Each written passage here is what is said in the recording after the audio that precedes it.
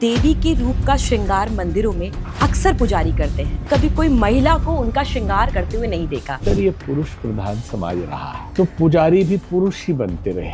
आखिरकार क्यों बाल बांधने चाहिए? क्यों सर के ऊपर पल्ला लेना चाहिए? चोटी बंद ही रहनी चाहिए। गूगल गुरु बन जाए, सारी कुंडलिनी जागरण संभव है। आधे घंटे में 5,000 दे के आप कुंडलिनी जागरण करा रहे हैं, क्या तमाशा चल रहा है? सदगुरु मिलते कैसे हैं? सदगुरु नहीं मिलते। कहाँ ओम लगाएं, कहाँ ओम ना लगाएं। आज आस्था के नाम पे अंधविश्वास बहुत बढ़ा हुआ है। गंगा स्नान से पहले स्नान करना क्यों जरूरी होता है? इसमें कोई दिक्कत नहीं है। अचानक दिया बुझ जाए, सावधानी, घटी दुर्घटना घटी। कहीं पर भी भगवान की तस्वीर लगा देना नहीं, इससे बचना। हमने 5100 रुपए, 6100 रुपए, 1000, 1,00,000 एक दान किया है, क्या ये दान की श्रेणी में आएगा? ये पाप की श्रेणी में है। माँ काली की आराधना पूजा करते हैं और आप देखते होंगे कि लोग ये बोलते हैं कि माँ काली आ गई। आप इसको कितना उचित मानते हैं? साइकोसोमेटिक बीमारी है कि माँ को मुर्गा चाहिए या बोतल चाहिए।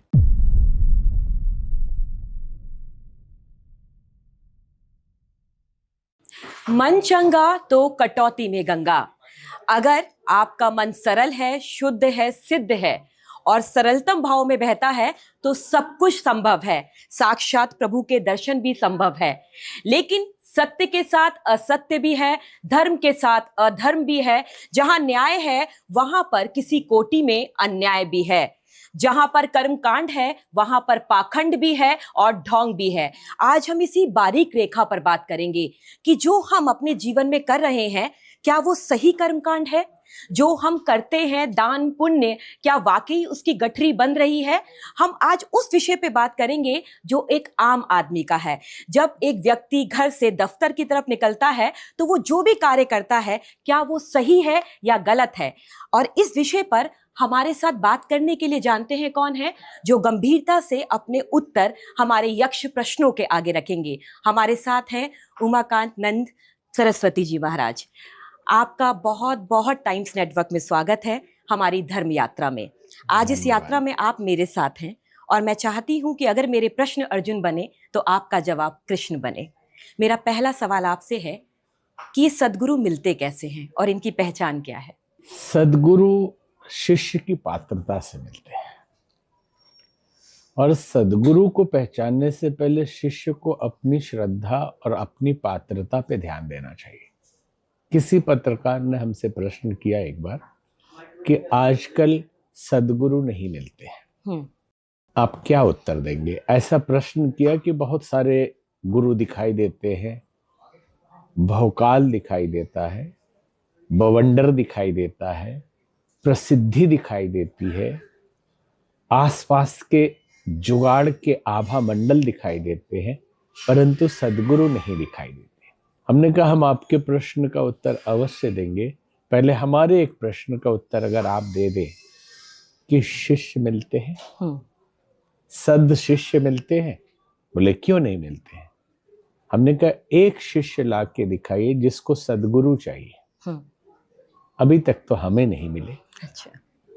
क्योंकि शास्त्र कहता है कि इहलोक और परलोक में कुछ भी पाने की इच्छा त्याग कर दिया आपने तो शिष्य बनने की पहली सीढ़ी पे जाने के लायक अब हुए।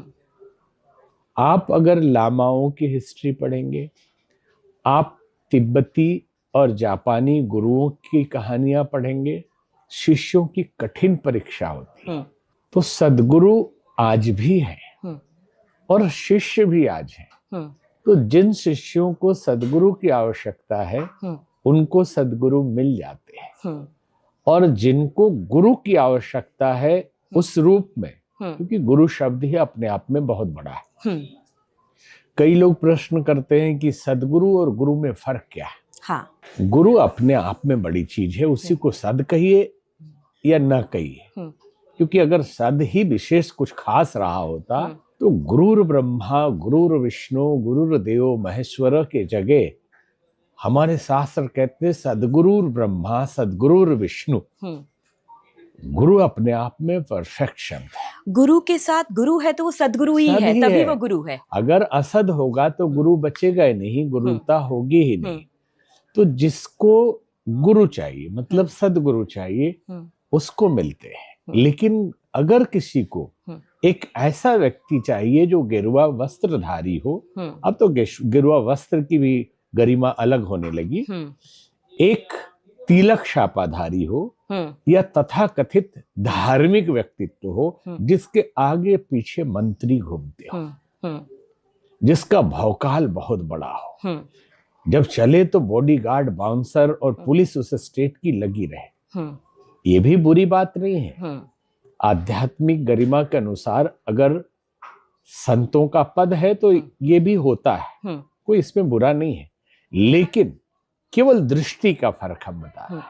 आपने एक, आपके ही उत्तर में एक शब्द आया शिष्य। गुरु तो परमहंस है, लेकिन नरेंद्र विवेकानंद कैसे बने, एक शिष्य की पात्रता क्या होनी चाहिए, जो आज जरूरी है जानना। हम गुरु को तो ढूंढ रहे हैं, लेकिन हमें यही नहीं पता कि उसकी पात्रता क्या है, एक शिष्य के क्या गुण होने चाहिए। हाँ, उधर ले जा रहे हैं। लास्ट लाइन पिछले वाले का जो छूटा था, हाँ।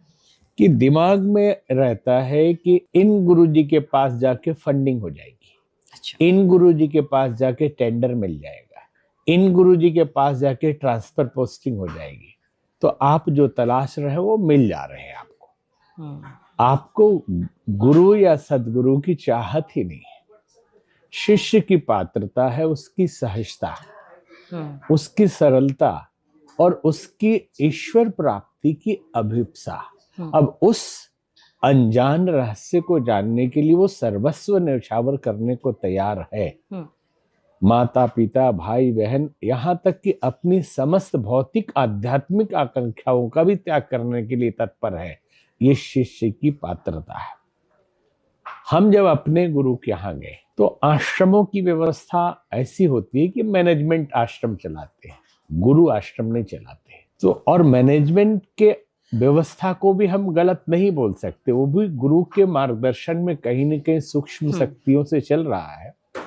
तो आम आदमी जो अच्छे घरों से आते हैं आश्रमों में, उनको पढ़े लिखे लोगों का काम दिया जाता है, और आप नहीं बताते तो आपको मेहनत का काम दिया जाता है। हाँ। ये बाहरी दृष्टि से दिखाई पड़ता है, लेकिन आध्यात्मिक दृष्टि से जानबूझ के गुरु ने आपको सेलेक्ट किया है परीक्षा लेने के लिए, कि आपसे कठिन काम करवाएगा। हमें सिलेक्ट किया गया बर्तन धोने के लिए। 1 साल 8 घंटे ठंड के महीने में 4 बजे भोर से लेके हम बर्तन धोते थे। ये हमारी पात्रता थी, ये भी नहीं कह सकते। ये पात्रता विकसित करने के लिए एक परीक्षा थी।